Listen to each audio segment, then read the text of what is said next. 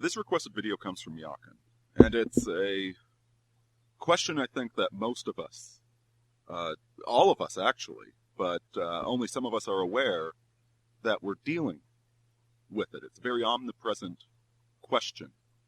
In this age of absolute doubt, what are we supposed to believe in?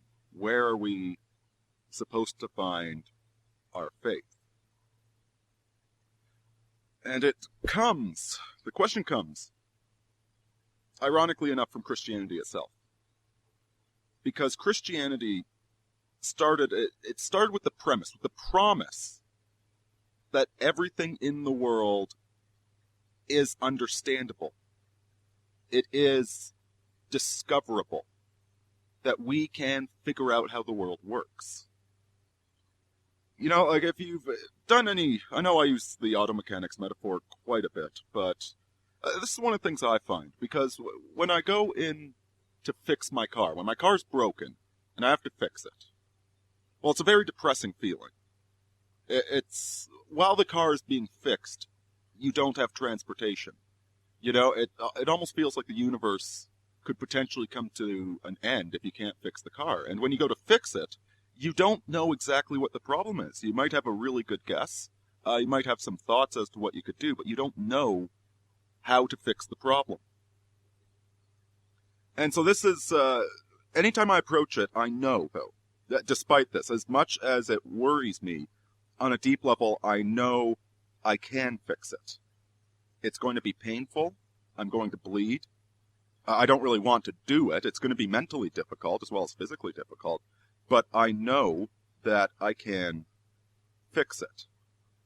And there is a moment of doubt in the process, but thus far, I have yet to be proven wrong. And so this confidence that Christendom had, that the physical world was comprehensible, that we could figure it out, that we could, that we could develop the scientific method. Ironically enough, this is what taught us to doubt. Because this confidence that we can figure out the world makes us doubt our current understanding of it, our current theory of how the world works. And so rather than the old pagan faiths, which said, this is how the world works, just believe in it, go die for your country. That's just learning a theory.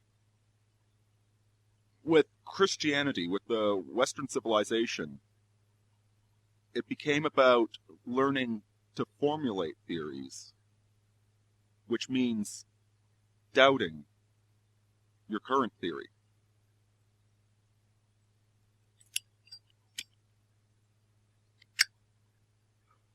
And so this universal era of doubt, this is what Nietzsche and Dostoevsky were writing about.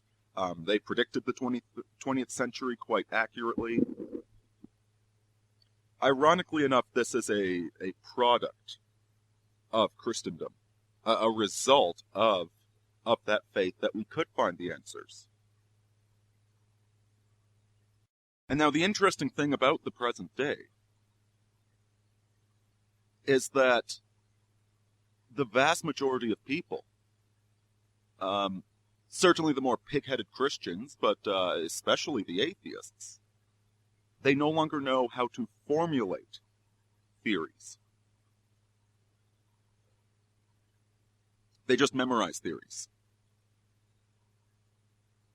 It used to be, again, in this medieval setting, that we would memorize facts, grammar. We would memorize historical events, dates. But theories we were constantly generating. We learned how to build theories. Whereas now we ignore facts because we can Google them. We could just pull out our smartphone and Google any fact we need. Instead, we memorize theories without understanding how to generate theories, where they come from. And so in a funny sense, this existential dread, this existential doubt that I think a lot of us feel, is largely absent from the atheist. And yet the atheist lifestyle, it does tend towards misery, doesn't it?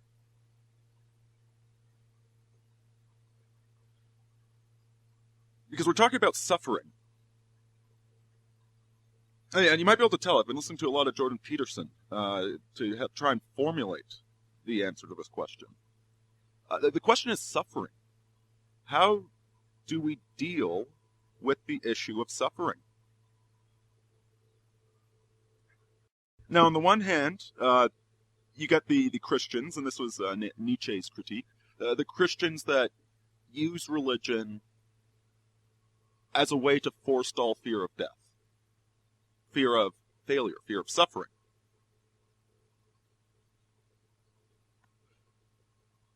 And you still see this. It's actually very strong in America amongst Christianity. There, the pre-rapture, the doctrine of prosperity. These are all ways the people that follow this, they convince themselves of some tenet, some set of beliefs, so that they don't have to address the problem of their own suffering. Yeah, I think I might actually go into this a bit more in depth in another video, discussing heresies and why they're heresies and what sort of damage they do. But they latch onto these beliefs and constantly reaffirm these beliefs because it saves them from having to deal with darkness, with chaos, with danger. And yet these beliefs become very fragile in the process. And so if they experience any trauma, any suffering, it threatens to completely destroy their faith. Because it was never faith to begin with, it's just belief in an axiom, belief in a theory. If I am righteous, then I will become rich and I will never suffer. And then your child dies in a car accident. What do you do then?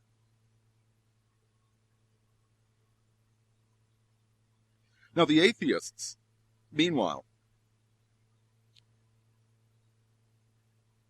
they try and boil down suffering to a question of utilitarianism, of utility.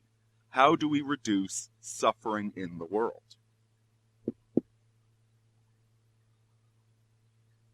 But see, what happens when we do that? What happens when we completely eliminate suffering? Think of the trust fund kid. Okay, everything's paid for. All right, gets to eat the best food in the world. Gets to have all the sex they want. Gets to do whatever. What do they immediately go and do? Yourself. Think about yourself. What would you do? Now, if you included the fact that you have this desire, and you recognize this desire, and you're reaching for faith even though we doubt so much, you'd pursue virtue. You discipline yourself. You maybe become an author or a musician or a bodybuilder or something. You would pursue some form of excellence that required suffering to achieve. You'd play the guitar until your fingers bled. Or you reject it and you'd seek destruction. Because even in that lap of luxury, even when you have so much, you have everything you want, now what? Think of the spiritual hangover that you get if you spend several days playing video games, or going on a alcohol bender. You do it, but you're not satisfied. You get frustrated. You get angry. And if you keep seeking out a sense of a sense of pleasure in the real world, if that's your definition of virtue, is seeking out that source of pleasure, it doesn't lead to a good place. It actually leads you straight to hell.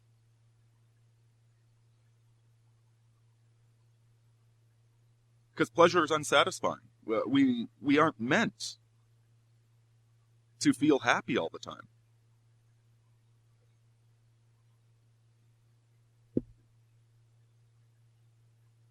Another thought experiment. If you say to somebody, what if I installed a microchip in your brain that gives you the feeling of satisfaction and accomplishment? Would you click that button to have that feeling? And, most people would say no, and then the question is, then what do you want? And see, that's what the video games are.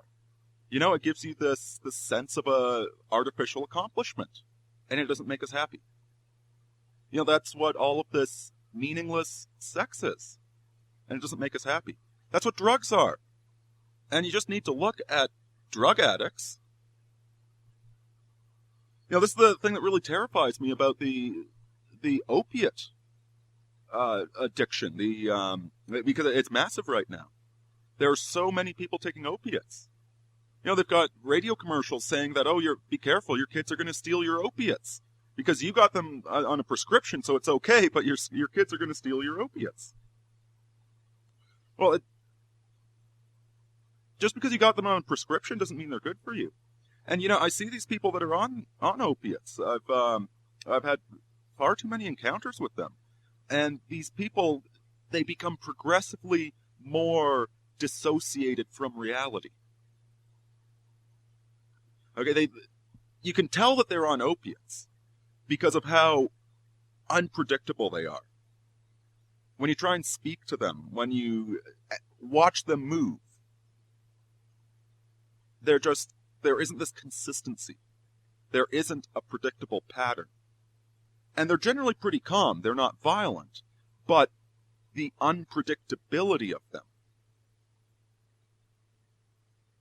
means that they could potentially be very violent for no particular reason. And that there's no way, if they become angry, if they become violent, there's nothing you can do that will necessarily work to calm them down. Because they don't know because they're not angry. They're not going to be getting angry at you because, hey, why are you smoking in my house?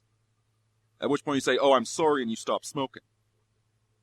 No, they're going to be getting angry at you because they are unsatisfied by the opiates. The opiates have given them everything they think they want, and they are not satisfied. They have no catharsis, no meaning.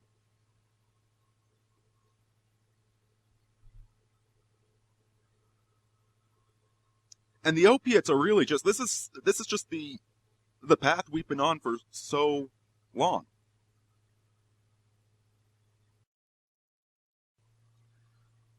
Because we've been trying to construct our own realities, our own systems of meaning. And they're not providing us meaning. And so people devolve into extreme sexual perversion. They devolve into extreme politics, trying to find meaning through the political process. They try and find meaning from their sex or their race.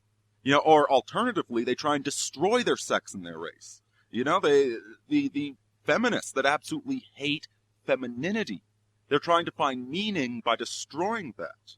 The same thing with the popularity of transsexualism and the ethno-masochism that we see. They're just desperately trying to find this meaning in something constructed by men, in our own self-made theories. Because of this omnipresence of doubt. Because we've learned how to make theories, which makes us question the very theory that taught us how to make theories in the first place.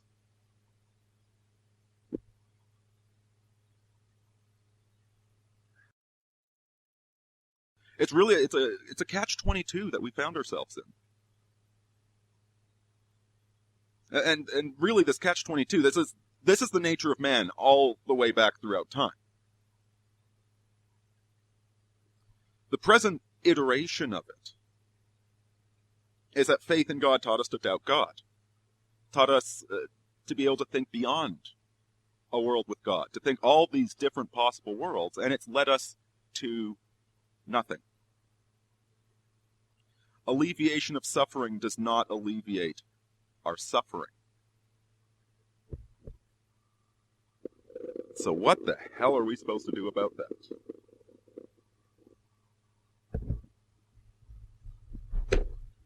Those that really pursue virtue or pursue hedonism, whether it's intellectual or drug-based, as I said, they come to resentment. They become angry. They become destructive of themselves and of the world around them.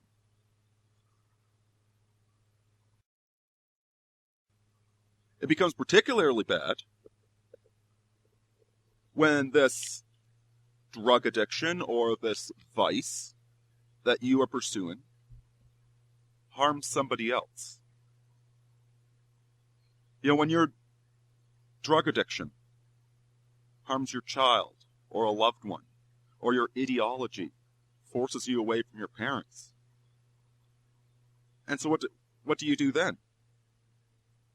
What do? You've been pursuing hedonism to alleviate suffering. And your pursuit of hedonism has increased suffering. So what the hell do you do then except double down and focus on creating more suffering? Hurt as many people as you can, including yourself. Hurt yourself to hurt other people.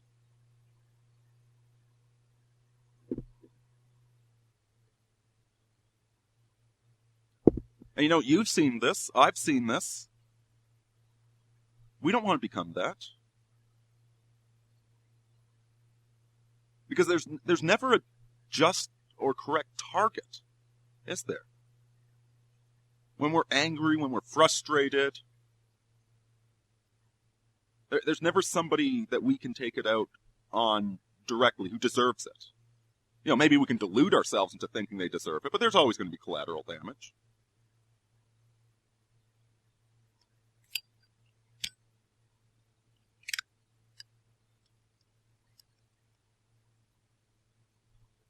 And this is the fundamental nature of man, is that we know that we suffer, but we can't explain why that we suffer. And even alleviating that suffering does not make us happy. You know, this is the price of eating that apple. In one sense, we're like deities, that we can construct our own reality, our own theories. But the only way we can make them true is by force.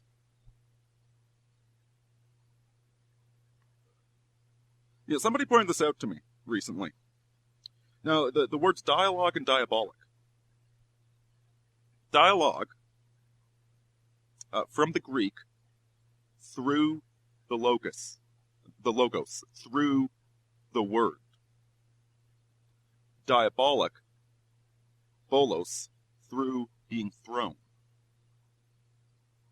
And so when we try and make ourselves, when we try and achieve that deific quality, when we come up with our theory of perfection, our utopian reality, the only way to make it a reality is through throwing it at other people, is to become diabolic and to force others to accept our utopia, our definition, our theory of utopia. Dialogue requires the logos. It requires that faith in the ability to communicate. It is only through God that we can speak to one another and have meaningful statements and come to understand reality and try and hurt others less. Try and understand the other person. Through God, we can see and understand the other person, and through that communication be naked in front of one another.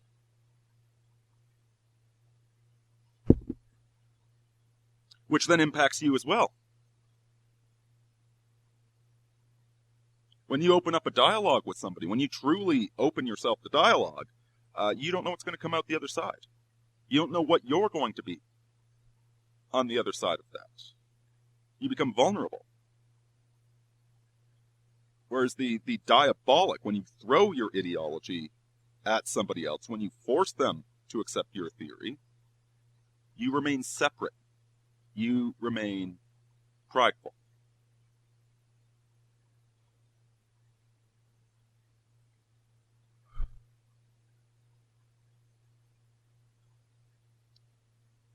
So what are we supposed to do in this age of endless questions? Endless doubt.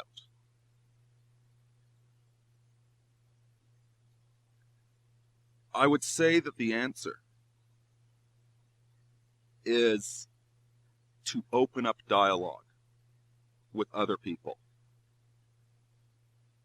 is to not get lost in your internal doubts and questions, but rather to look at the other people around you and through the logos to speak to them and to experience the conversation and to be honest with them and see what happens to you when you are honest with them.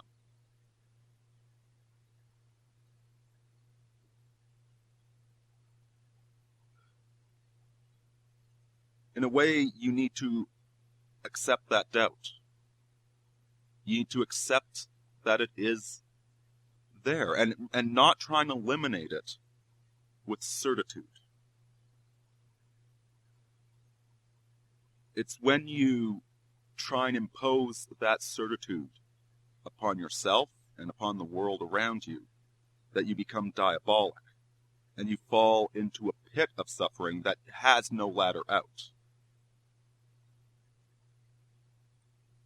But when you engage in dialogue, even if you are suffering, there is a path upwards.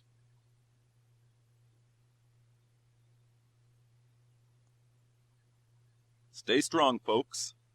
Deus Volt. This is Aurini out.